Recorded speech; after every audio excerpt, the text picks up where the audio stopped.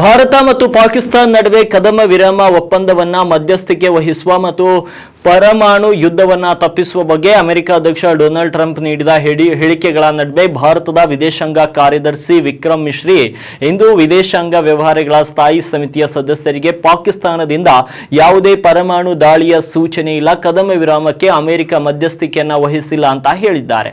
ಭಾರತ ಮತ್ತು ಪಾಕಿಸ್ತಾನದ ನಡುವೆ ಕದನ ವಿರಾಮಕ್ಕೆ ನಾನೇ ಮಧ್ಯಸ್ಥಿಕೆ ವಹಿಸಿದ್ದು ಅಂತ ಅಮೆರಿಕ ಅಧ್ಯಕ್ಷ ಡೊನಾಲ್ಡ್ ಟ್ರಂಪ್ ಹೇಳಿಕೆ ನೀಡಿದ್ರು.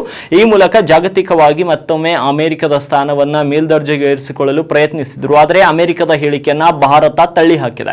ಮೂಲಗಳು ಹೇಳುವಂತೆ ಆಪರೇಷನ್ ಸಿಂಧೂರ್ ನಂತರ ನವದೆಹಲಿ ಮತ್ತು ಇಸ್ಲಾಮಾಬಾದ್ ನಡುವೆ ನಡೆದಂತ ಸಾಂಪ್ರದಾಯಿಕ ಹೋರಾಟ ಮಾತ್ರ ಇದಾಗಿದ್ದು, ಅಮೆರಿಕ ಹೇಳಿಕೊಳ್ಳುತ್ತಿರುವಂತೆ ಯಾವುದೇ ಪರಮಾಣು ದಾಳಿಯ ಸೂಚನೆ ಇಲ್ಲ ಅಂತ ಸಮಿತಿಗೆ ತಿಳಿಸಲಾಗಿದೆ. ಇಸ್ಲಾಮಾಬಾದ್ನಿಂದ, ಅದರಲ್ಲಿ ವಿಶೇಷವಾಗಿ ಪಾಕಿಸ್ತಾನದ ಮಿಲಿಟರಿ ಕಾರ್ಯಾಚರಣೆಗಳ ಮಹಾ ನಿರ್ದೇಶಕರಿಂದ ಕದನ ವಿರಾಮದ ಮನವಿ ಬಂದಿದೆ ಅಂತ ವಿಕ್ರಮ್ ಮಿಶ್ರಿ ಸಮಿತಿಗೆ ತಿಳಿಸಿದ್ದಾರೆ.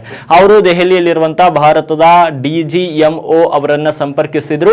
ಆಪರೇಷನ್ ಸಿಂಧೂರ್ ಸಮಯದಲ್ಲಿ ಅಮೆರಿಕದ ಯಾವುದೇ ಹಸ್ತಕ್ಷೇಪ ಇರಲಿಲ್ಲ ಅಂತ ಸಮಿತಿಗೆ ಅವರು ತಿಳಿಸಿದ್ದಾರೆ.